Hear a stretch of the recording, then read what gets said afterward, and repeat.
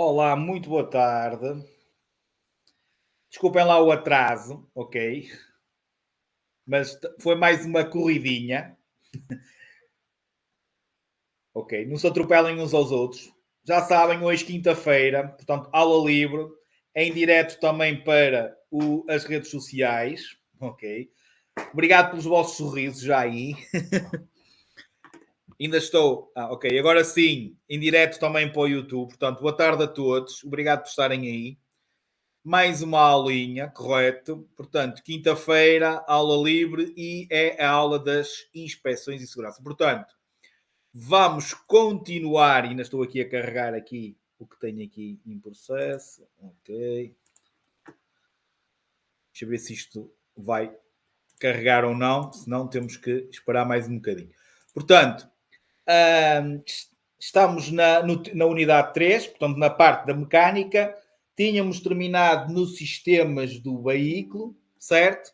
Sendo que o último sistema era o sistema de suspensão e onde tínhamos as rodas. E é hoje mesmo por aí que vamos começar, ou seja, pelos pneumáticos, ok? Deixem-me ver se entretanto isto carrega ou não. Também limpar aqui e apresentar os objetivos.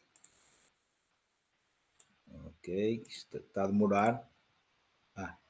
Estão com cortes ou está tudo ok? Estão-me a ouvir bem? Peço a quem esteja pelo YouTube, por favor, se tiver alguma dúvida, colocar lá nos comentários.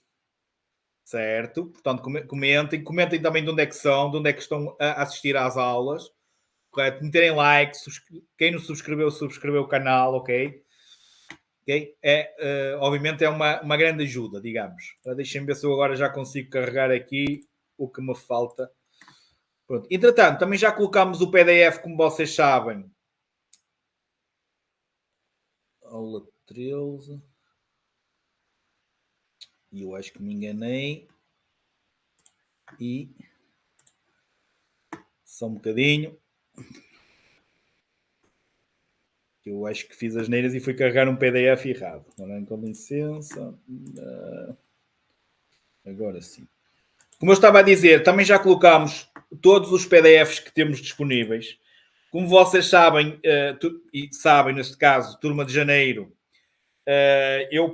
nós colocámos lá no grupo de janeiro disponível, mas vocês sabem que eu, por exemplo, na aula que demos na terça-feira, eu próprio, vocês viram que eu corrigi algumas coisas, portanto, não está completo, não foi ainda para revisão, portanto, se vocês próprios, eu agora também ao editar este, se houver algum erro, eu vou editar este, vocês aproveitam e vão aí nos vossos apontamentos e vão editando também, que é para não haverem enganos. Portanto, as coisas que podem estar erradas no PDF, porque eu ainda não fui rever, ainda não conseguimos ver. Portanto, vocês sabem que estamos a construir, já estamos quase no final, portanto, até a aula 17, estamos na aula 14, e estes últimos 3 PDFs, ainda faltam mais 3, portanto, não estão revistos, e só temos mesmo, neste momento, pronto, ou meio pronto, até hoje. Ok? Portanto,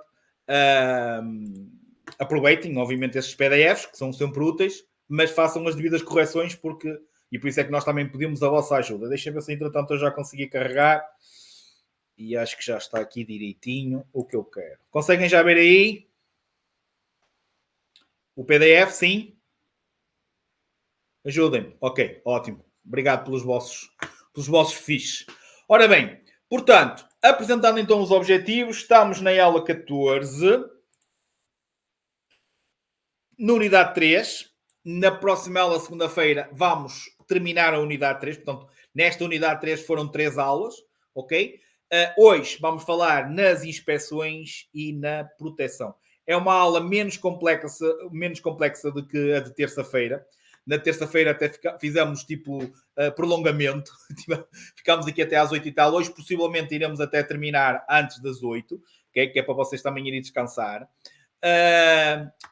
Vamos, como eu estava a dizer no início, continuar, e tínhamos terminado a última aula falando nos sistemas dos veículos, lubrificação, refrigeração, escape. Terminámos então no sistema de suspensão, do qual faziam parte os amortecedores e também faziam parte as molas e os pneus. ok? Portanto, pneumático. Pneumático faz parte do sistema de suspensão. O que vamos falar aqui hoje é que tipo de verificações é que temos que fazer nos pneus, que cuidados é que temos que ter. Portanto, verificação a pressão e do piso, que são as duas coisas principais num pneu. É claro que depois temos que ver se tem rasgos, se não tem. Como é que nós devemos proceder à mudança de roda em caso de emergência, por exemplo, se rebentou ou se tivermos um furo, ok? Depois vamos falar em avarias frequentes ou mais frequentes que podemos ser nós próprios, ou seja, o normal utilizador do veículo a fazer, a substituição de uma lâmpada, verificar o nível de óleo, dar bateria quando o carro não tem bateria, portanto são avarias frequentes que costumam acontecer e que é de fácil resolução e que pode, ou seja, não precisamos diretamente de ir à oficina para o fazer, ok? Chapas de matrícula também já falámos na última aula. Depois, inspeções obrigatórias, sim, ok? Portanto, centro de inspeções, onde é que temos que fazer as inspeções, que tipo de documentos é que temos que apresentar, o que é que pode acontecer ao carro, que é passar ou reprovar, que tipos de deficiências é que existem, o qual é que dão até quantas anomalias podemos ter e o carro passou, ou então o que é que dá reprovação na inspeção, etc. Depois, a proteção do ambiente, okay? A maneira como nós conduzimos, levar cargas necessárias do veículo, o tratamento que nós temos que dar ao nosso veículo, que é para ele não consumir combustível a mais, não consumir óleo a mais, portanto, conduzirmos de modo a protegermos o ambiente. E isto falamos naquele sábado, ao fim da manhã, certo? Onde falamos na mobilidade sustentável. E depois vamos terminar a aula no transporte de passageiros e carga, como é que deve ser feito esse transporte, como é que os passageiros devem entrar e sair dos veículos, como é que um veículo deve ser carregado ou descarregado, ok? E de que modo é que isso pode afetar. Portanto, estes aqui são os objetivos dessa aula. Não costuma ser uma aula complexa, costuma ser uma aula em que vocês, normalmente, mesmo o tipo de perguntas que saem, vocês chegam facilmente. Vai ter muitas perguntas que vamos fazer aqui que também são muitas vezes utilizadas pelo examinador de prático no dia do exame de condução. Por exemplo, o que é que se verifica nos pneus, qual é o relevo mínimo para os pneus de um veículo ligeiro, vocês já vão perceber o que é isso, e etc. Portanto, são perguntas que normalmente ou seja, é um tema que normalmente tem perguntas que vos podem ser questionadas pelo examinador no dia do exame prático. Tais 3 perguntas obrigatórias que eles têm que fazer podem incidir em algumas coisas que nós vamos falar aqui na aula 2. Portanto, obviamente, mais uma vez, aproveitem. Quem é aluno tem que levar comigo, obviamente. Os outros, aproveitem, já que vos foi dada esta hipótese de assistirem gratuitamente, independentemente de onde estiverem a assistir. É sempre importante vocês perceberem isto. Inclusive, eu tenho muitos pais que às vezes acabam por se encontrar comigo e dizem, olha, eu assisti às aulas com o meu filho porque há muita coisa que me foi útil, que eu já não me lembrava e já não fazia. Portanto, acaba por ser útil para todos, ok? Portanto, aproveitem. Ora bem, vamos então para a parte da verificação da pressão e piso dos pneus. Pneus que fazem parte então do sistema de suspensão do veículo, ok? É sem dúvida um órgão muito importante. Temos que ter cuidado com os mesmos, ir verificando regularmente, principalmente, como vocês estão a ver aí, então, a pressão e o piso. O piso também chamado de relevo, que é o pneu tem aqueles buraquinhos, não é? Aqueles rasgos, aquilo chama-se o relevo e aquilo chega a uma altura em que vocês têm que o substituir. Vamos perceber quando. Não pode chegar ao ponto, como vocês já ouviram esta expressão de certeza, do pneu ficar careca. Portanto, é essencial o normal utilizador do veículo verificar com alguma regularidade a pressão e o piso dos pneus. Sendo que a pressão deve ser verificada principalmente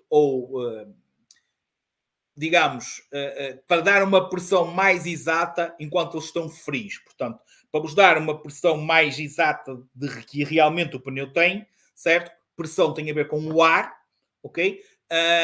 Deve ser verificada enquanto eles estão frios.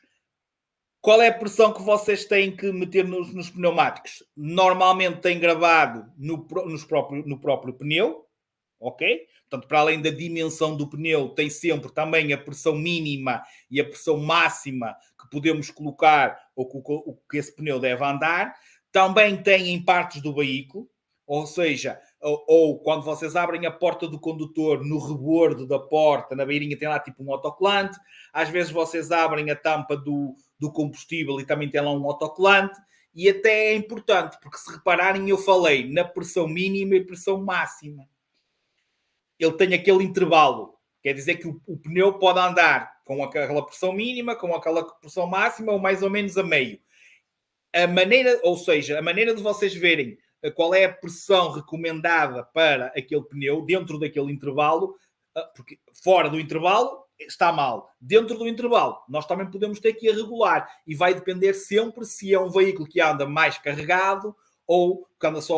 Imagina que só anda sempre aquele veículo, anda sempre só com o condutor e não leva mais nada. Então, podemos pôr dentro daquele intervalo, podemos pôr mais perto da pressão mínima ou na pressão mínima dentro do intervalo que eles aconselham. É claro que se eu for um veículo que anda com muitas pessoas ou normalmente ou geralmente carregado, nós devemos aproximar a pressão para o limite máximo dentro daquele intervalo. Ok? Acho que me fiz entender. Portanto, isto é uma das primeiras situações, portanto, verificação da pressão. Em relação ao relevo, normalmente a maior parte dos pneus tem sempre lá agora uns socalcos que vos ajudam, portanto, no próprio ranhura tem lá tipo um socalcozinho, uma parte mais saliente, que é que se vocês, quando aquilo estiver ao mesmo nível, quer dizer que o pneu atingiu o ponto de gripe. Ou seja, atingiu o ponto em que vocês têm que simplesmente os substituir. Não pode, obviamente, chegar a careca, porque a careca já não existe mesmo desnível nenhum. Sendo que, e está aqui, sempre que seja automóveis ligeiros e os reboques com peso bruto até aos 3.500 kg, a pressão, ou desculpem, o relevo mínimo é 1,6 milímetros. Para os pesados e para os motociclos, a pressão, desculpem, eu e a pressão, estou com pressão. O relevo mínimo é 1 milímetro. Portanto, tem a ver com aquela ranhura, aquela espessura, ok? O desnível entre a parte superior e a parte da ranhura. Portanto, quando o pneu chegar aos 1,6 milímetros, a diferença entre a parte superior e inferior do pneu, ok? Quer dizer que o pneu atingiu o ponto de gripe. No caso, 1,6 milímetros, no caso dos automóveis ligeiros e dos reboques, de 1 milímetro nos automóveis pesados e nos motociclos. É claro que depois também temos que verificar outras coisas. Verificar se eles não têm nenhum line, se eles não têm nenhuma mama, que às vezes acontece batermos num passeio, certo? E eles ficarem ali com um papo, chamado uma mama, ok? Obviamente, isso aumenta a probabilidade de, em andamento, o pneu rebentar. Portanto, a partir do momento que vocês veem que está um pneu com ou uma fissura ou com isso, vocês devem nos substituir, porque a probabilidade de ele rebentar, e estando em andamento e rebentando um pneu, não é fácil depois vocês segurarem no veículo. Portanto, para além da pressão e do relevo, vocês também devem verificar se eles estão em bom estado. Ok? Se eles já não têm muitas rasuras, não é? Portanto, às vezes basta um contacto com o passeio para estragarmos um pneu. E ele pode não rebentar imediatamente, mas ficar lá com a marca, e essa marca e esse bocadinho depois pode nos afetar e pode fazer com que o pneu em andamento rebente, o que se torna, obviamente, perigoso. Depois, também termos a consciência, e isto são perguntas que saem muitas vezes, a partir do momento que nós não temos a pressão regulamentada, a pressão exata, a pressão que devemos ter nos pneus. Ou seja, por isso é que é útil, de vez em quando, verificarmos essa pressão. Porque se a pressão for baixa demais, ou seja, o pneu tiver pressão a menos, que é a recomendada, ok? Vocês olham para o pneu até dizem que ele está vazio. E ele simplesmente assenta todo no chão. E um pneu vazio vai fazer com que ele entre em, ou poderá entrar em sobreaquecimento. Quer dizer que ele aquece mais depressa. Há uma pergunta de exame que nos diz um pneu sobreaquece quando? Tem pressão a mais ou tem pressão a menos? E vocês respondem, tem pressão a menos. Com menos pressão, como ele assenta todo no chão, ele está a rolar todo no chão, ok? E por isso é que vocês às vezes veem bocados de pneus na via, ok? É só para a Leonor ou está para os outros a travar também? Eu, por acaso, às vezes noto falha na minha foto, na minha imagem. Está tudo ok? Os outros estão-me a ouvir bem? Ok, sim, fixe. Ok. Deixem-me só ver aqui. Ele tem que estar o 5G a funcionar, por isso é que eu... Ok, pronto. calhar estou a precisar de limpar a minha cache. Agora não convém é fazer isso agora. Okay. Eu vou com mais calma então, está bem? Vou-me avisando se estiverem mesmo a falhar, ok? E desculpem lá, mas aqui a internet parece que está tudo bem. Está no 5G. Ok, pronto. Obrigado. Qualquer dúvida, que não perceberem alguma coisa, peçam para repetir. Está bem? Então, têm que me dar o vosso feedback sozinho que eu tenho noção. Portanto, pressão a menos, ok? Pressão a menos significa que o pneu está todo vazio, assenta todo no chão, e era isso que eu estava a dizer. Por isso é que vocês às vezes olham e veem bocados de pneu na via, significa que aquele pneu rebentou. E rebentou porquê? Começa-se a desfazer. Começa-se a desfazer porque entrou em sobreaquecimento. Como tinha pressão a menos, ele aqueceu. Aqueceu, rebentou. Começou-se a desfazer. Ok? Portanto, pressão baixa. Para além disso, provoca desgaste nas partes lateral dos pneus, ok? E pode rebentar por sobreaquecimento. Com pressão a mais, ou seja, elevada, alta, o pneu faz isto. E só a parte central do pneu é que assenta. Ok? Ótimo, obrigado.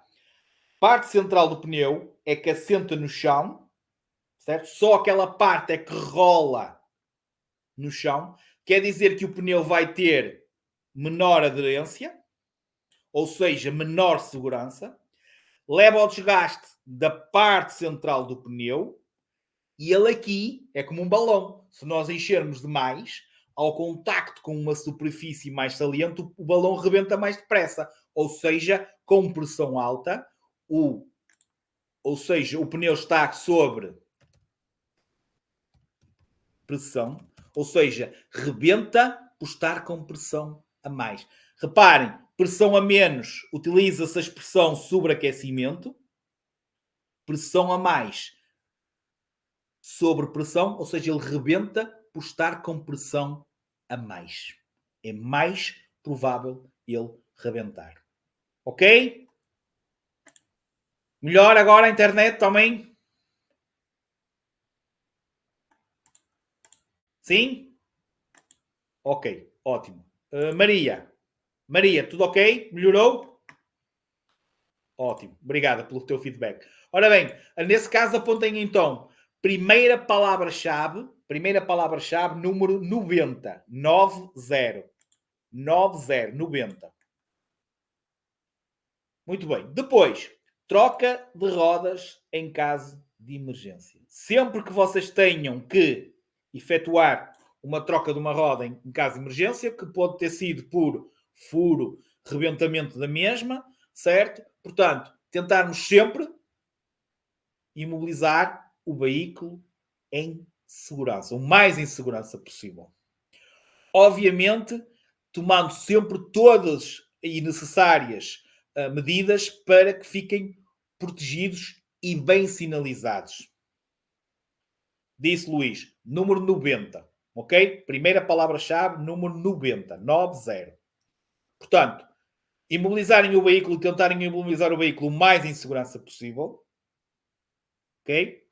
Tomando todas as medidas para se tornarem visíveis aos outros, que é, e vamos depois reforçar na próxima ela também, a utilização das luzes de perigo para sinalizar o nosso veículo, a colocação do colete, vestirem o colete, irem colocar o triângulo de pré-sinalização e comecem já aí a anotar. O triângulo de pré-sinalização não pode ser colocado a menos de 30 metros do veículo e tem que ser sempre visível a 100 metros. Amanhã nós vamos repetir isto e vamos falar nisto, ok? Portanto, colocação do triângulo nunca colocado a menos de 30 metros, pode ser a mais, nunca a menos, porque ele tem que ser visível a 100. Imaginem que vocês apanham uma curva.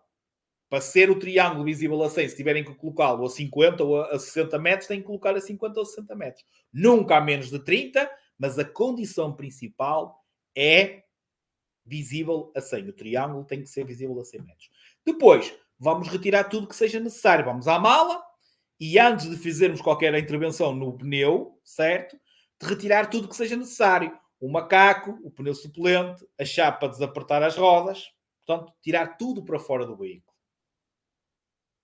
Ok? Portanto, por isso é que todos os veículos, embora hoje em dia já não seja tanto assim, porque a maior parte agora até nem tem o kit de furo, nem tem pneus suplentes, mas antigamente dizia-se que, para além dos 4 pneus que estão a rolar, normalmente tem que estar em condições, temos que ter um pneu suplente, também ele, e se o tivermos, portanto, continua a ser, ou seja, deixou de ser obrigatório termos pneu suplente, mas se ele existir, esse pneu suplente, obviamente, tem que estar em condições de poder substituir, nestes casos, um dos outros que acabou de rebentar ou furar. Ok? Portanto, também tem que estar em circulação, ou seja, em condições de circulação, em condições de circular, ou seja, de girar, de rodar, etc. Portanto, que ofereça o mínimo de segurança possível em movimento.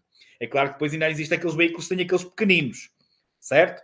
Pronto, que até tem um índice de velocidade, tem lá uma coisa gravada que diz até, por exemplo, um 80. A partir do momento que vocês colocam esse tipo de pneus, quer dizer que vocês não podem ultrapassar a velocidade de 80. Portanto, eles estão em condições de poderem circular, mas limitados àquele índice de velocidade, àquela velocidade. E por isso é que tem lá um autocolante amarelo. Também tem que reparar nisso. Okay? Há muitos que optam por pneus da mesma dimensão daqueles que estão a circular, certo? Há outros veículos que têm esse e há outros que já nem têm. Como vocês sabem, não é? Pronto. Depois o procedimento em si. Isto é a ordem. Lá está. Estaciona o veículo num local plano e com solo firme, porque também é importante, porque se nós vamos ter que meter um macaco, nós não podemos meter um macaco num sítio que não esteja firme, senão ele começa a se enterrar e o carro acaba por não subir, certo? Portanto, tentarmos também, para além de imobilizá-lo em segurança, num local onde seja possível depois colocarmos um macaco para levantar o veículo. Colocar o triângulo de pré-sinalização e vestir o colete retrorefletor, ok?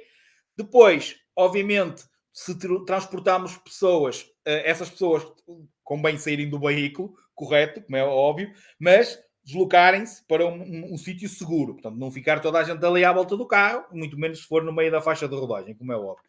Ok? Deixar o veículo em segurança, portanto, acionar o travão de mão. Ok? E o veículo engrenado, portanto, deixá-lo em segurança. Okay? Depois,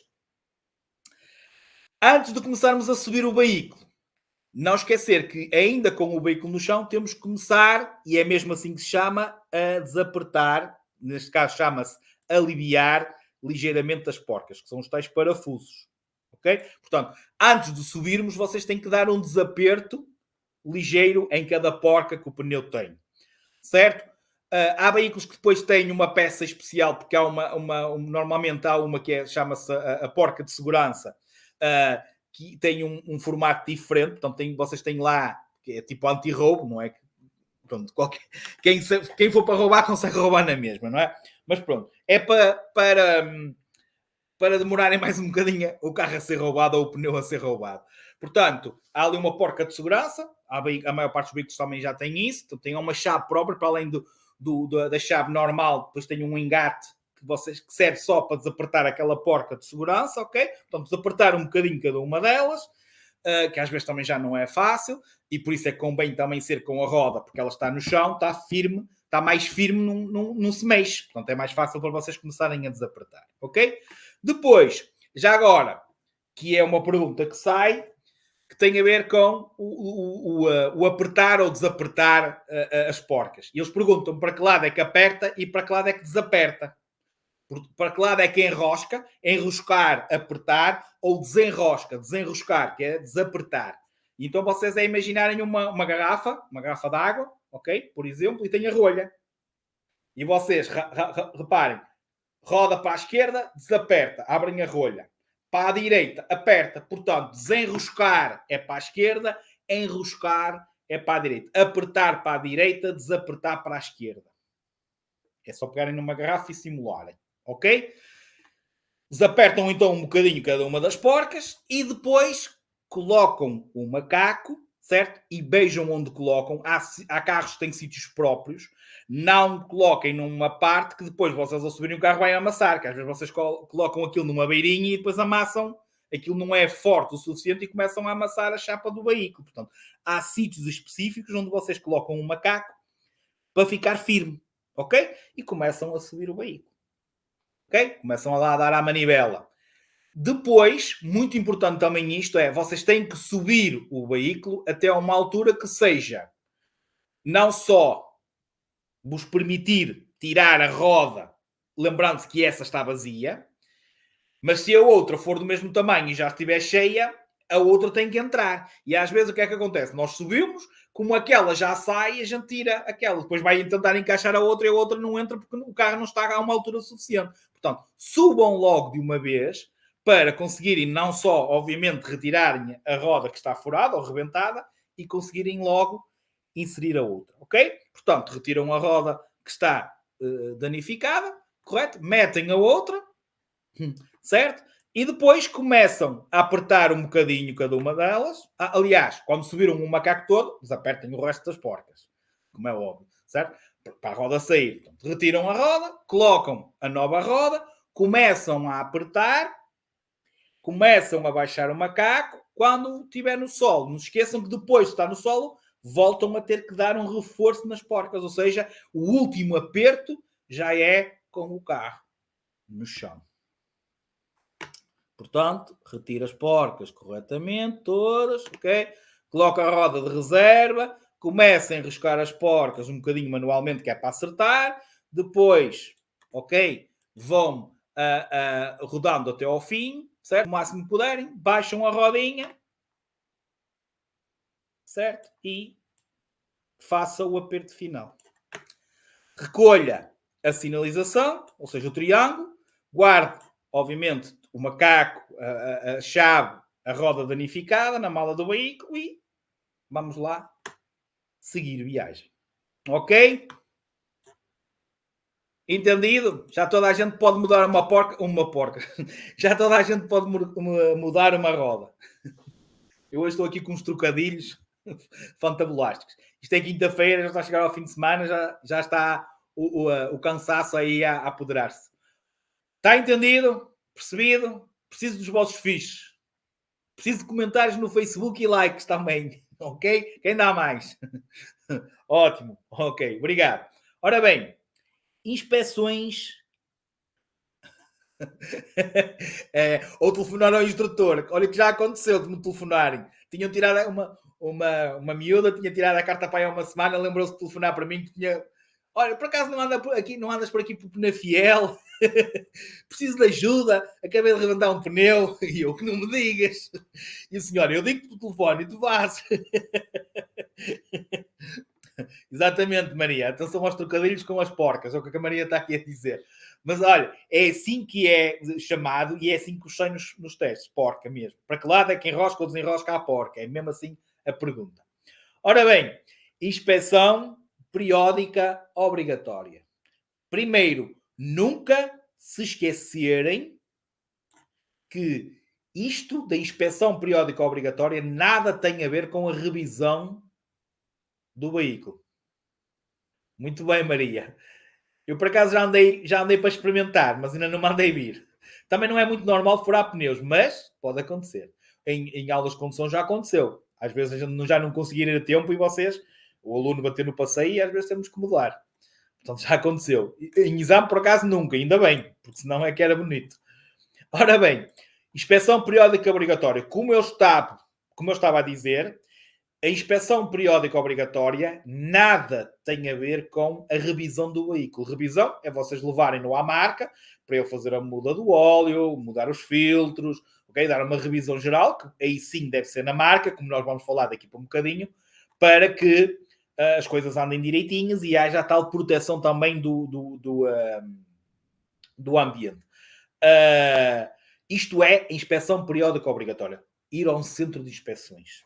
Ok? Portanto, existem para, e por isso é que são obrigatórias, existem para, ou têm como objetivo, garantir que alguns órgãos do veículo, os principais e que podem, os que mais interferem na segurança do veículo, sejam testados. Desde sistema de travagem, de iluminação, de suspensão, se tem folgas, ok? Se estão a gastar combustível demais, ou seja, estão a libertar gases a mais. Portanto, são vários órgãos que são, a direção se está alinhada ou não, portanto, são vários órgãos que são, então, testados quando nós levamos o nosso veículo à inspeção. Ok? Estas inspeções podem ser feitas em qualquer centro de inspeções, desde que tenha o mesmo, ou seja, o centro de inspeções acreditação, tem autorização para fazer, portanto, vocês não têm um sítio específico, podem escolher, não precisa de ser no centro de inspeções que vocês tenham na área de residência, normalmente são mais perto, mas não é obrigatório. Portanto, podem deslocar-se a qualquer um, desde que esse centro de inspeções tenha, obviamente, autorização para fazer esse tipo de inspeções. Ok? Depois, que tipo de veículos é que têm que se deslocar à inspeção? Tanto os ligeiros como os pesados, portanto, todos os automóveis têm que ir, certo? Os motociclos, triciclos e quadriciclos, pela nova lei, e vai haver um erro que eu já até tenho ali em baixo, têm que ir à inspeção a partir dos 125 centímetros cúbicos e não 250, como foi a primeira lei. É claro que, mais uma vez, essa lei era para ter entrado em vigor em janeiro e foi adiada. E eu até, sinceramente, digo já que nem sei para quando. Sei que foi adiada, se calhar mais um ano. Andam sempre a adiar. Portanto, é pela lei, supostamente, os motociclos, triciclos e quadriciclos que tenham uma cilindrada superior a 125 centímetros cúbicos, supostamente deveriam ter que ir à inspeção. Reboques e semi-reboques, desde que o seu peso bruto seja superior a 750 kg. Portanto, estes são os veículos que são obrigatórios irem à inspeção. Ok? Com a ressalva dos motociclos, triciclos e quadriciclos, neste momento a lei ter sido, não é, ou seja, a entrada em vigor ter sido mais uma vez adiada. E temos aqui os tais prazos, ok? Que vamos, obviamente, resumir. Sendo que, eu vou já arriscar aqui, portanto, eu risquei os 250 porque é 125 centímetros cúbicos, ok? 125 centímetros cúbicos. 125 centímetros cúbicos. E deixem-me já fazer aqui um print, que é para ficar já aqui anotado. Desculpem lá, mas é que eu assim aproveito já para ficar já... Onde é que está? Ai. Ok. Tá, portanto, vocês agora não se esqueçam de fazer no vosso, não é? Ok? Este PDF já foi lá colocado também. Ora bem, vamos começar. Depois eu venho aqui mostrar, mas eu vou pôr aqui à parte. Os principais. Automóveis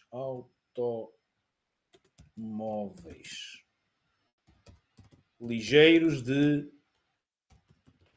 passageiros. Ok? Portanto, automóvel ligeiro de passageiros é... A primeira inspeção é 4 anos, ao fim de 4 anos. Depois, mais 2 anos. Vamos já fazer uma simulação. Mais 2... Como é que eu fiz isto? Mais 2 anos, ou seja, até fazer 8. E depois, ano a ano. Ou seja, imaginem que temos agora um veículo que é de 2025. Portanto, compramos, vocês tiraram a carta, tiveram a sorte, o vosso paizinho deu-vos um veículo novo, um ligeiro de passageiros, e a matrícula dele é de, por exemplo, dia 11 de janeiro de 2025. Isto é a data da matrícula, ok? Do vosso popó. Porreiro. Ou seja, a primeira inspeção não era, Maria? Eu também gostava que os meus pais tivessem dado. Ok, mas atenção, há muitos que têm, e ainda bem, ok? Aproveitem. Se o vosso pai vos der, olha, aproveitem. Estimem. Portanto, façam por ser bons condutores e tratar bem o vosso veículo, que é importante também para a segurança. Portanto, 2025 com 4, 2026, 27, 28, 29. Portanto, a primeira inspeção é, e atenção aqui, é até ao dia e mês. Portanto, vocês têm que fazer a primeira inspeção até dia 11 de 1 de 2029, que é 24, 25 mais 4, 29. Depois, 29, 31. Depois, 2033. E a partir de 2033, ou seja, a partir do 8º ano, é todos os anos. Ok? Portanto, depois tem que ver. Imagina que tenho agora um carro de 2000. Ok? Foi 2004, certo? 2006, 2008, e agora todos os anos. 2009, 10, 11, 12, 13, por aí adiante. Ok? Portanto, já está percebido. Podem ir sempre, até 3 meses antes. Portanto, a partir do momento que estão a 3 meses da data e do mês, ou seja, do dia e do mês que têm que fazer a inspeção, vocês já podem ir à inspeção, 1 mês antes, 2 meses antes, até 3 meses antes, porque já toma a validade seguinte. Okay? Mais do que isso, não, porque senão depois tem que ir outra vez logo a seguir. Ok? Portanto, isto é só para vocês perceberem. Se for automóvel ligeiro, mas de mercadorias, é 2 anos e depois ano a ano. Portanto, se fosse na mesma 2025, 2027 e a partir de 2027 todos os anos, 2028, 2029, 2030. Não se esqueçam, até tem que ver dia e mês da vossa matrícula. A partir de ser pesados, e agora vou aqui até, que é mais fácil para vos explicar. Sempre que for pesado de passageiros, automóveis utilizados no transporte escolar, portanto, transporte escolar, seja um veículo ligeiro de passageiros, seja pesado de passageiros, portanto, veículos afeto ao transporte escolar. Reparem, licenciados para instrução, portanto, os carros da escola de condução, para transporte público, táxi, Uber, ambulâncias, é todos os anos. Atenção, normalmente a que sai em exame é a ambulância. Portanto, é todos os anos. Esta ambulância é de 2002. Quando é que tem que ir à primeira inspeção? E tem 2003, 2004, 2005, 2003. Estou-vos a dar um exemplo. Acho que é mesmo esta que sai, mas pronto. Portanto, é após um ano. Que há outra que sai igual e diz após um ano, após 2 ou após 3. Após um ano. Portanto, se falar em automóveis pesados de passageiros, automóveis de transporte escolar, automóveis de instrução, transportes públicos, táxi, Uber, ambulâncias, é todos os anos. E a partir do 7º ano, passa a ser de meio em meio ano. 6 em 6 meses. 6 em 6 meses. Ok? Portanto, é todos os anos. E a partir do momento que fazem 7 anos, passa a ser de meio em meio ano.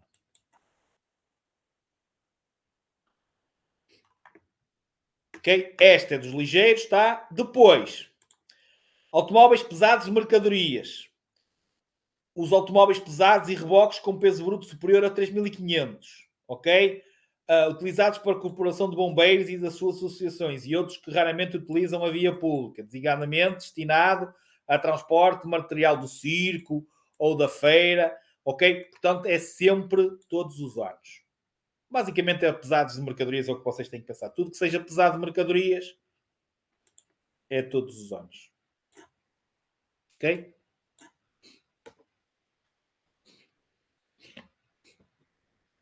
Ok? É isto que precisam saber. Normalmente, em termos de prazos, normalmente, a que costuma sair e que eu conheço são 2 e são da ambulância. Prazos. Não estou a dizer que não sai mais nada. Tem que ser, Liliana. Já tens a idade? Ok. Se o carro já tiver a idade. Depois, reparem aqui aquilo que eu disse. Os veículos devem se apresentar à inspeção até ao dia e mês correspondente, podendo ser realizada nos 3 meses que antecedem essa data. Já tínhamos dito. Documentos a apresentar. Certificado de matrícula, que pode ser o librete à moda antiga ou mesmo o documento único automóvel. Ok? Portanto, tem vários nomes. Pode ser libreta à moda antiga, pode ser o documento único automóvel ou certificado de matrícula. Agora já existem aqueles cartõezinhos que é tipo um cartão de cidadão. Ok? E se já tiverem ido à inspeção, portanto, se já não é a primeira, tem que levar sempre a ficha de inspeção anterior. Portanto, imaginem que há um ano atrás ou há 2 anos atrás foram à inspeção, ou há 4 anos atrás foram à inspeção, tem que apresentar a última ficha de inspeção. E vocês já vão perceber porque é que tem que apresentar essa ficha de inspeção. Ok? Pronto, esta ficha, que pode ter a cor verde, ou pode ter a cor vermelha, como vocês estão a ver aí, que já não é necessário vocês destacarem que aquilo tinha no canto inferior direito um destacável para vocês cortarem e colocarem no vidro, deixou de ser obrigatório, bem como já agora a vinheta de seguro, deixou de ser obrigatório, portanto não precisam de colar nada no vosso vidro, tem que ter a ficha guardada, esta ficha inteira, como tem que ter o certificado de seguro, ok? Mas não precisam de destacar e pôr e colar no vidro, deixou de ser obrigatório, ok? Portanto, esta é a ficha que comprova se o carro tem ou não inspeção e se passou ou se reprovou. Ok? Se aprovou, é emitido uma vinheta, desculpem, é emitido uma ficha de inspeção de cor verde. Se reprovou, é emitida uma vinheta, ou seja, uma ficha de inspeção com a cor vermelha. Sendo que normalmente a ficha de inspeção vermelha tem uma validade de 30 dias, que é o tempo que eles vos dão para vocês comporem as anomalias que o vosso veículo tem, ok? Já respondo, Maria. E simplesmente comporem as anomalias e voltarem, dentro desses 30 dias, voltarem lá ao centro de inspeções para fazerem uma reinspeção. Maria, eu vou-te dar a minha opinião. Já tive muita gente que me diz que basta ter no telemóvel, muito mais agora naquela app do governo, que até podemos ter os nossos documentos, certo? Eu aconselho sempre para vocês terem a folhinha impressa e metida no porta-luva juntamente com os documentos do veículo. Ok? Possivelmente há polícias que às vezes podem levar e multar-te e depois se calhar vais para um advogado e até ganhas, ou seja, que já não é necessário teres essa ficha. O que acontece também muitas vezes é que eles, quando fazem paragens, já sabem se tu tens ou não seguro, porque agora eles andam com um computador no carro e simplesmente metem a matrícula e diz logo. Aliás, eles agora fazem muito isso. Metem no computador, detectam que não tem seguro ou que não tem inspeção e fazem paragem. Pois, Maria, às vezes também é verdade isso. Ok? Portanto, pá, por sim e por não, eu gosto de ter, eu imprimo, eu faço pagamento, imprimo inclusive o recibo, certo? E meto lá nos documentos. Agora, já tive um agente que começou a implicar porque eu por acaso tinha a carteira, mas até só para experimentar mostrei-lhe no telemóvel, porque tenho a aplicação do governo. Ele começou logo, e tal, e assim, eu por acaso tenho aqui, por acaso até lhe mostrei, mas começou logo, mas já tenho pessoas que disseram que já foram multadas por terem no telemóvel. Ok? Mesmo na aplicação do governo, que supostamente diz que está preparada e que eles não o podem fazer. Mas pronto. Depois há uns que dizem que sim, há outros que dizem que não. Portanto, é melhor vocês terem tudo direitinho com vocês, que é o mais fácil. Ok? Certo? Pronto. Está esta situação da inspeção. Ou seja, reprovou, tem 30 dias para fazerem uma reinspeção. Vamos ver então os tipos de deficiências. Existem 3 tipos de deficiências, tipo 1, tipo 2 e tipo 3, okay? Sendo que as de menos gravidade é do tipo 1 e o veículo pode ter até 5. Portanto, só dá reprovação em inspeção quando o veículo tenha mais de 5 deficiências do tipo 1. Do tipo 2 e do tipo 3, basta ter uma. Portanto, basta ter uma do tipo 2 ou uma do tipo 3 que simplesmente o vosso veículo é reprovado. E atenção, há determinado tipo de deficiências que ficam logo com a proibição do veículo poder circular, ou pode circular, mas só pode levar um ocupante, ou só pode circular direto do centro de inspeções para a oficina. Já aconteceu. Ou muitos só saem do centro de inspeções em cima do reboque, que também já aconteceu. Portanto, há deficiências do tipo 2, principalmente do tipo 3, que basicamente o veículo tem que ir direto do centro de inspeções para a oficina. Ok? Portanto, isto é o que dá reprovação. E reparem, e por isso é que cá em cima, quando nós andamos cá em cima, nós dissemos, tem que andar, se já tiver, tem que levar a ficha da última inspeção. Porquê? Porque se na inspeção anterior tiverem uma deficiência da altura no tipo 1, ok? E que voltaram a trazer e voltou a ter essa mesma deficiência do tipo 1, se verificarem a mesma deficiência que tinham da última vez que foram à inspeção, também dá reprovação.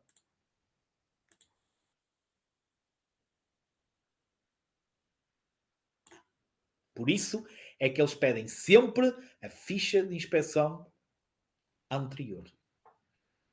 Ok? O mais usual saírem testes, perguntas sobre isto, é estas aqui.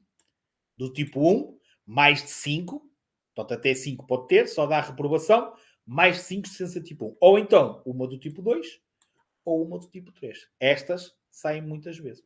Dá a reprovação em inspeção, xxxx, e mais isto. Ok? Entendido? Percebido? Ok. Proteção do ambiente. Já agora, hoje vou fazer diferente. E vou fazer uma aposta com vocês. Segunda palavra-chave, número 51. Segunda palavra-chave, aula MCOM 51. Vai aparecer alguém que vai dizer que não ouviu a palavra-chave. Porque vai andar à procura dela no final da aula. Está anotado? Agora não fujam. Ok. Proteção do ambiente. Obviamente, nós falámos quando demos a mobilidade sustentável, em que nós não podíamos perder o direito à mobilidade, mas ela podia ser feita de uma maneira mais sustentável. E já na altura eu referi que era um problema global, não é um problema só em termos da condução, como é da situação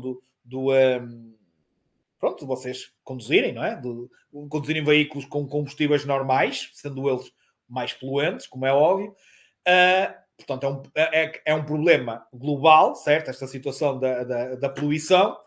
E já na altura eu falei que havia aspectos mais ligados diretos e que vos podiam ser questionados, se forem rever essa aula, não é? Que vocês, pronto, que podíamos ser questionados sobre isto em termos teóricos, ok? Que vocês tinham que ter mais noção. Desde a maneira como nós conduzimos, a maneira como nós tratamos o nosso veículo, certo? Tem, obviamente, não só uma importância na segurança, mas também nesta situação da proteção do ambiente.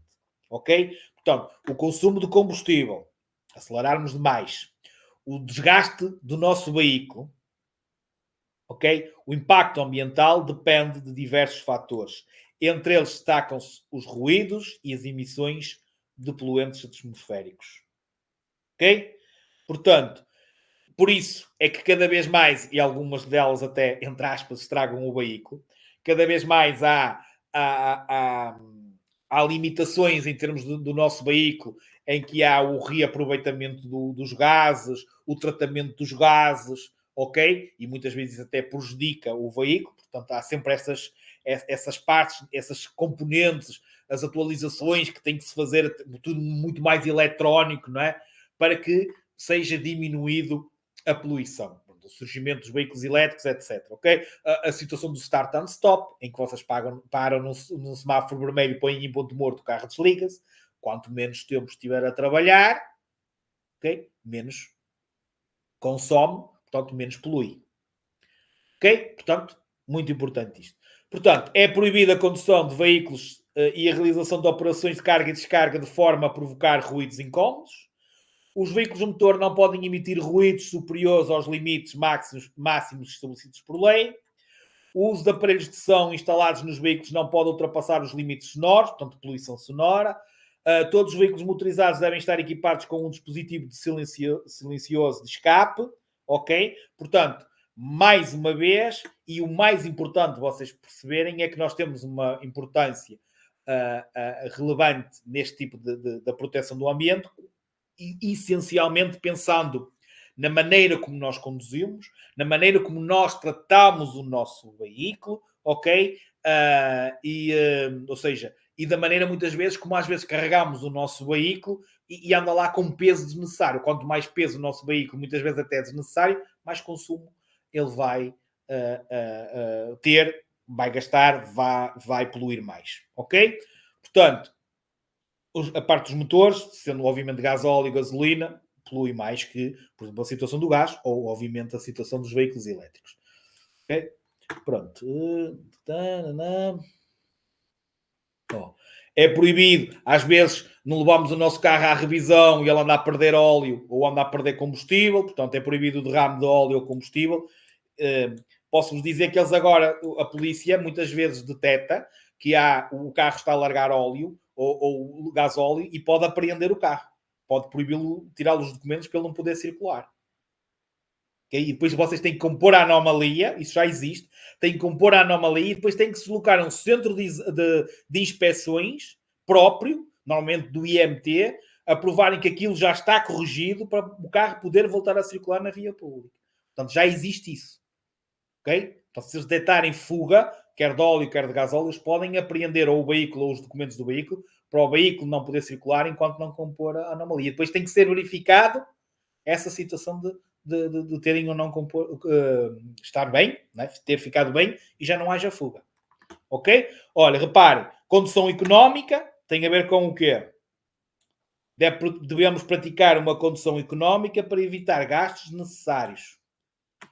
O peso e a resistência aumentam, o consumo de combustível também, portanto, carga transportada. Portanto, não andarmos com carga desnecessária no nosso veículo. Isto é a parte mais importante. Okay? O estilo de condução. Se somos mais se aceleramos mais, ou seja, somos mais ou menos agressivos na condução. Se aceleramos mais, se travamos mais vezes, ok? Portanto, tudo isso vai prejudicar. Adotar um estilo de condução adequado a contribuir para reduzir o consumo de combustível e preservarmos o veículo. Evitar acelerações e travagens bruscas, manter uma velocidade moderada sem excessos, evitar regimes altos. O que é isto de regimes altos? É puxar muito pelas velocidades. Não, nada disso. Portanto, puxarmos as velocidades apenas e só o essencial para engrenarmos a velocidade seguinte. Ok? Em caso de paragens prolongadas, desligarmos o motor. Ok? São cuidados que temos que ter para que haja uma maior proteção do ambiente. Isto é importante. Até lavarmos o nosso veículo, para termos, por exemplo, mais eficiência das nossas luzes. Tudo é importante. Ok? Vamos então agora. Transporte de pessoas e de carga. E vamos começar pelos passageiros. Entrada e saída de passageiros. E aqui, quando falamos em passageiros, estamos a falar principalmente e diretamente dos passageiros transportados no banco de trás. Em geral, comum a todos, seja no banco da frente, seja no banco de trás, não podemos, por exemplo, sair de um veículo com o mesmo em andamento. Não é óbvio. A partir do momento que temos que entrar ou sair de um veículo, temos que o fazer, e aqui diretamente relacionado principalmente com os passageiros transportados no banco de trás, temos de entrar ou sair pelo lado permitido à paragem. Pelo lado permitido à paragem. Ou seja, se encostarmos o carro do lado direito, o passageiro transportado no banco de trás, mesmo que esteja sentado no banco da esquerda por trás do condutor, tem que correr o banquinho todo e sair pelo lado do passeio. E isso acontece às vezes em exame, no exame de condução, na troca do aluno, ok? Na troca do aluno no meio do exame, se vocês esquecerem-se e saírem pelo lado da faixa de rolagem, podem já nem fazer exame. Portanto, não se esqueça, o aluno que está a fazer o exame, okay? Encostamos o carro à direita, do lado esquerdo passam veículos, é faixa de rodagem, é o condutor, sai, obviamente tem que sair por esse lado, mas passa pela frente do veículo e vai entrar, e o outro que está transportado atrás vai sair pelo lado direito, e passa para a frente e entra. Porque quem vai à frente, o condutor, tem que ser pelo lado do condutor. E o passageiro tem que ser pelo lado do passageiro. Mas atrás, havendo porta do lado direito e do lado esquerdo, como é óbvio, temos que sair, entrar e sair do carro pelo lado permitido à paragem. De uma forma rápida, sem causar perigo ou embaraço aos outros, pelo lado direito ou esquerdo, dependendo de estar parado à direita ou à esquerda da via. Nunca é pelo lado da faixa de rodagem. Depois, a parte do transporte das pessoas. Ok? Já vamos passar esta parte das crianças. Mas, primeiro, termos a noção que nunca podemos transportar pessoas que não nos bancos respectivos. Portanto, nada de levar pessoas na mala. Nunca com um número superior à lotação do veículo. Se o carro é para 4 passageiros, só pode levar 4 pessoas. Se é para 5, levamos 5.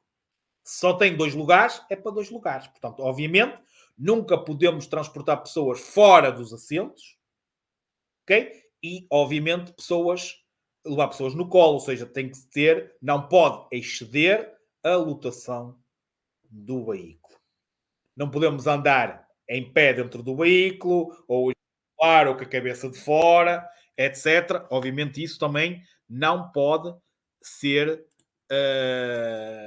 não pode ser ou não é permitido. Então, temos que ir devidamente acomodados e sentados no nosso lugar, fazendo sempre uso do sistema de retenção, ou seja, nomeadamente e principalmente e de um modo geral, do cinto de segurança. Sendo que, quando é criança, e quando tenha, e atenção, tem que ter as duas coisas a menos. Ou seja, uma criança que tenha menos de 12 e menos de 1,35 m, ok? Ou seja, 135 centímetros, 1,35 m. Se tiver menos de 12 e menos de 1,35 m, tem que usar sistema de retenção para crianças. As cadeirinhas.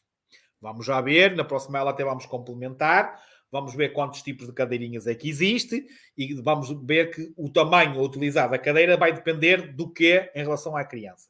O que vocês primeiro têm que ficar já esclarecido é que, a partir do momento, imaginem que vocês têm um filho, um sobrinho, um afilhado, em que tenha 11 anos, ou 10, ou 9, ou 8, e tenha menos de 1,35 m, vocês só podem o transportar numa cadeirinha, ou seja, num sistema de retenção homologado.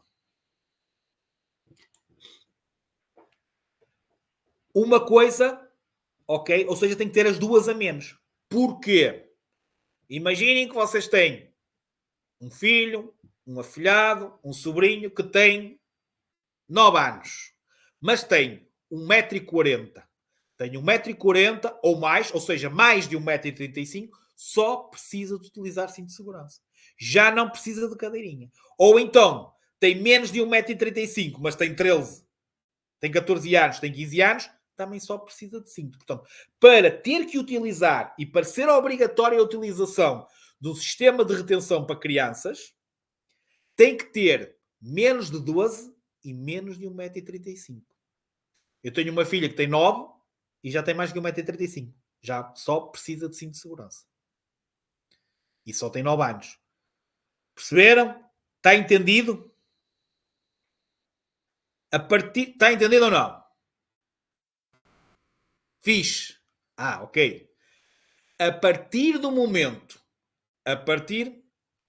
andar à frente podem. Se só precisam de utilizar cinto de segurança, já podem andar à frente. Ou seja, se tiver ou mais de 12 ou mais de 1,35 m, já podem ser transportados no banco da frente apenas e só com o cinto de segurança. Não, com cadeira não. Ok? Certo? Já não precisa de cadeira. Ok? Se tiver menos de ambos, tem que circular atrás na cadeirinha. É permitido se circular à frente se atrás não tiver cintos ou se não tiver lugares, ok?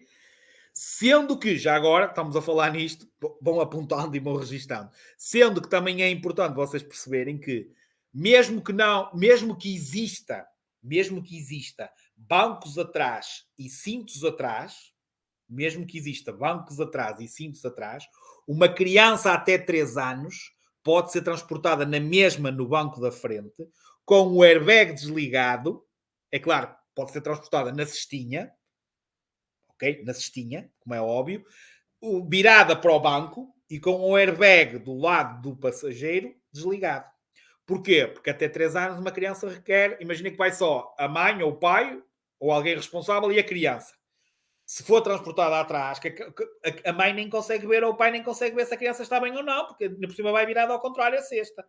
Portanto, como é um tipo de criança que requer por parte do progenitor uma maior atenção, é permitido por lei, mesmo havendo lugares atrás e cintos atrás, uma criança até 3 anos, no sistema de retenção, ser transportada à frente, sempre com virada para o banco, ok? Certo? E com o airbag desligado por parte do lado do passageiro. Okay? Não tendo bancos atrás, não tendo cintos atrás, pode ser transportada qualquer pessoa no banco da frente, com cadeirinha ou sem cadeirinha, dependendo se tem menos de 12 e menos de 1,35m, com cadeirinha. Ou com mais de 12, ou com mais de 1,35m, ou com mais ambos, certo? Só cinto de segurança. Sendo que o cinto de segurança é sempre obrigatório, porque normalmente é com o cinto de segurança que vocês acabam por segurar a cadeirinha. Portanto, o cinto de segurança acaba por ser sempre um sistema de retenção obrigatório, porque para prenderem a cadeira, a maior parte das vezes vocês precisam do cinto de segurança, ou ela é presa com o cinto de segurança. Ok? Pronto, aqui, até que está aqui isto. Pronto. A partir do momento que vocês estão a utilizar cadeirinha, e isto é uma pergunta importante, porque sai vocês confundem, a partir do momento temos que usar sistema de retenção para crianças, o sistema de retenção para crianças vão existir 5, até posso já escrever aqui e depois vocês vão ver que isto vai ser. Existe o 0 mais, existe o 0, existe o grupo 1, 2 e 3. Ou seja, existe 5 tamanhos de cadeirinha. 5 grupos, ok? 0 mais, desculpem, 0, 0 mais, grupo 1, 2 e 3. Ok? E para vocês saberem se têm que utilizar o 0, o 0 mais, o grupo 1, 2 e 3, vai depender do tamanho e do peso. Sai perguntas do tipo tamanho e idade, errado, é tamanho e peso. Ou peso e idade, errado, é tamanho e peso. Portanto, imaginem, vocês têm uma criança, ela tem menos de 12 e tem menos de 1,35m e eles estão a perguntar qual é o tamanho da criança, desculpem, qual é a cadeirinha que vocês têm que usar. Ou como é que vocês sabem qual é a cadeirinha que têm que usar? Se é 0, se é 0 mais, se é o grupo 1, 2 ou 3. Para saberem, vai depender do tamanho e do peso da criança, e não da idade. A idade é importante para vocês saberem se ela tem que usar cadeirinha ou só cinto de segurança. Quando falam em tamanho da cadeirinha, estão-se a referir, ou seja, para vocês perceberem qual a cadeirinha que têm que usar, vai depender do tamanho e do peso da criança. Isto é importante que saia, que eu estou a dizer agora. Entendido? Transporte coletivo de crianças. O que é isto? Transporte escolar. É a mesma história. Sempre que a criança tenha menos de 12 e menos de 1,35m, seja naqueles ligeiros de passageiros que vocês sabem, há carrinhas escolares, quer seja num pesado de passageiros, estas crianças têm que ser transportadas no sistema de retenção para crianças. Tem que ter cadeirinhas. Okay? Têm também, normalmente, que ser acompanhadas, para além do motorista, têm que ser acompanhadas por um monitor. Tem que ter aquele retângulozinho cor de laranja, onde temos uma pessoa e uma criança com uma mochila às costas. Okay? Esses veículos têm que estar equipados com tacógrafo, extintor e caixa de primeiros socorros. Ok? Durante a entrada e saída das crianças, devem estar com as luzes de perigo ligadas.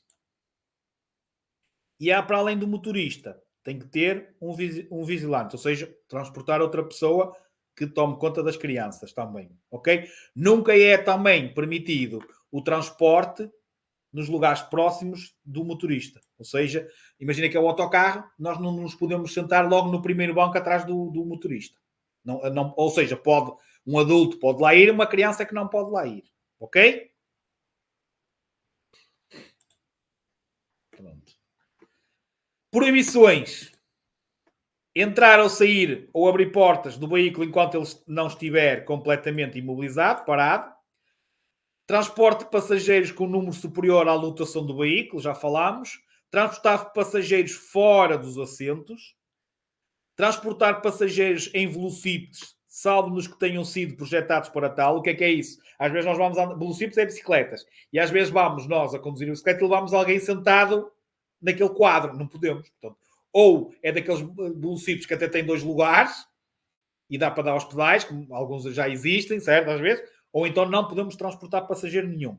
Já agora, nos motociclos, não é, toda a classe de motociclos, não é permitido o transporte de menores de 7 anos. Ok? Certo? Portanto, crianças com menos de 7 anos não podem ser transportadas em motociclos, triciclos, quadriciclos, a não ser naqueles quadriciclos, para reformas já têm capota, esses podem. Ok? É a lei dos automóveis ligeiros. Nos que não têm, Moto 4, tem menos de 7 anos, não pode andar na Moto 4. Ok? Portanto, não tem a caixa rígida.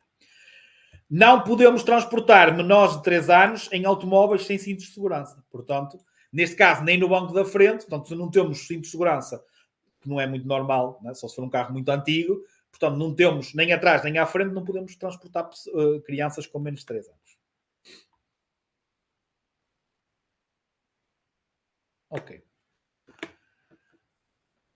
Transporte de carga. Carga e descarga deve ser realizada de forma rápida, evitando perigo ou embaraço para os outros, bem como fazer ruídos incómodos. A diferença entre carregar e descarregar e entrada e saídas de passageiros é que na carga e na descarga existe o quê? A parte de trás. Ou seja, só podemos carregar e descarregar um veículo pelo lado permitido à paragem ou pela retaguarda. Portanto, existe esta parte de podermos carregar ou descarregar um veículo pela traseira. Portanto, é a única diferença. Ok? Portanto, ou pelo lado permitido à paragem, se ele estiver parado do lado direito, podemos carregar ou descarregar pela direita ou por trás. Se o veículo estiver estacionado do lado esquerdo, podemos carregá-lo ou descarregá-lo pelo lado esquerdo ou pela retaguarda. Ok? Pela retaguarda ou pelo lado onde o veículo estiver parado. Muitas perguntas sobre isto. Colocação da carga. É fundamental e é a principal e é que sai mais. Tem que ficar assegurado o equilíbrio do veículo. Quer esteja parado ou quer esteja em movimento, em marcha, a carga, ou seja, nós temos que carregar o veículo de modo a que não seja ele não perca o equilíbrio. Ou seja, fazemos uma curva, a carga mexe-se, faz força e o veículo tomba. Portanto, a carga tem que ficar bem acondicionada, muitas vezes bem presa, okay? Bem dividida, bem redistribuída, não é carga a mais pesada à frente ou do lado esquerdo ou do lado direito, certo? Então tem que estar bem redistribuída. É fundamental garantir que a carga seja disposta de forma segura, assegurando o equilíbrio do veículo. Quer esteja ele parado, quer esteja em marcha. A carga não pode vir a cair para a via pública, não pode reduzir, como regra geral, a visibilidade do condutor, exceto naqueles veículos que a própria caixa já tapa a visibilidade, aí não há outra maneira. Por exemplo, num veículo ligeiro, nós temos o retrovisor interior, temos visão para trás, Não podemos meter casacos, por exemplo, ou caixas de modo a tapar a visibilidade que nós temos do retrovisor interior. Ok? Que não possa vir a ser arrastada pelo pavimento e que, como regra geral, não exceda a altura máxima de 4 metros, que foi aquilo que nós vimos que era a altura máxima, como regra geral, de um veículo. Ok? No transporte de passageiros, no veículos de transporte de passageiros, a carga não pode nem deve obstruir os dispositivos de sinalização, iluminação ou chapa de matrícula, nem ultrapassar os contornos do veículo. Muito mais, poder também aleijar ou prejudicar os passageiros transportados. Ok? Portanto, deve estar sempre contida nos limites da caixa de carga. No caso de mercadoria a granel, sabem o que é a mercadoria a granel? Sabem o que é mercadoria a granel? Tipo areia. Certo? Às vezes acontece. Ela tem que estar bem acondicionada, não pode passar para cima da caixa, porque senão vai a cair, e muitas vezes tem que levar aquela lona a tapar. Ok? Portanto, no transporte de mercadoria a granel, ela não pode exceder a altura dos taipais, que é para não ser expelida e não saltar para fora. E muitas vezes tem que ser tapada e tem aquela lona a tapar. Pronto. Antes, aqui, acrescentar, por exemplo, no transporte de animais, importante, não pode ser excedido o número de animais permitido. Portanto, tem um número máximo de animais a transportar, não pode exceder essa lotação também para animais. Okay? Como vocês sabem, transporte de burrinhos não é muito. Porquinhos, por exemplo, esse eu utilizo. Portanto, não pode, é para um X número de porcos, só pode transportar aquele. Hoje já falamos em porcas e porcos. Ok? Portanto, não pode exceder o número de animais. Também é importante e é uma das que até nem está aqui. Ok. Afinal, acho que deve estar aqui até. Ok. Afinal, está aqui em baixo. Portanto, é proibido carregar ou descarregar ou abrir portas dos veículos em andamento. Ok? Estando eles em movimento. O transporte de carga em motociclos, triciclos e quadriciclos e ciclomotores ou velocípedes só pode ser realizada se tiver um reboque, sendo que o reboque só tem um eixo. Vou-vos já mostrar uma foto. Ok? Portanto, em motociclos, ou há aqueles motociclos que até já têm aquelas cestas, ok? Que têm já aquelas embaladeiras, isso podem, não é embaladeiras, é mesmo, parece umas arcas, não é? Pronto, esse aí vocês podem transportar, já está próprio, esses motociclos já estão próprios para vocês meterem coisas lá dentro. Se fora isso, se não tiverem nada disso, se quiserem transportar alguma carga no motociclo, tem que ser num reboque, com um reboque, ok? Vou-vos já mostrar. Pronto. Transporte de animais, lá está. Deve-se garantir que a capacidade dos animais não seja excedida.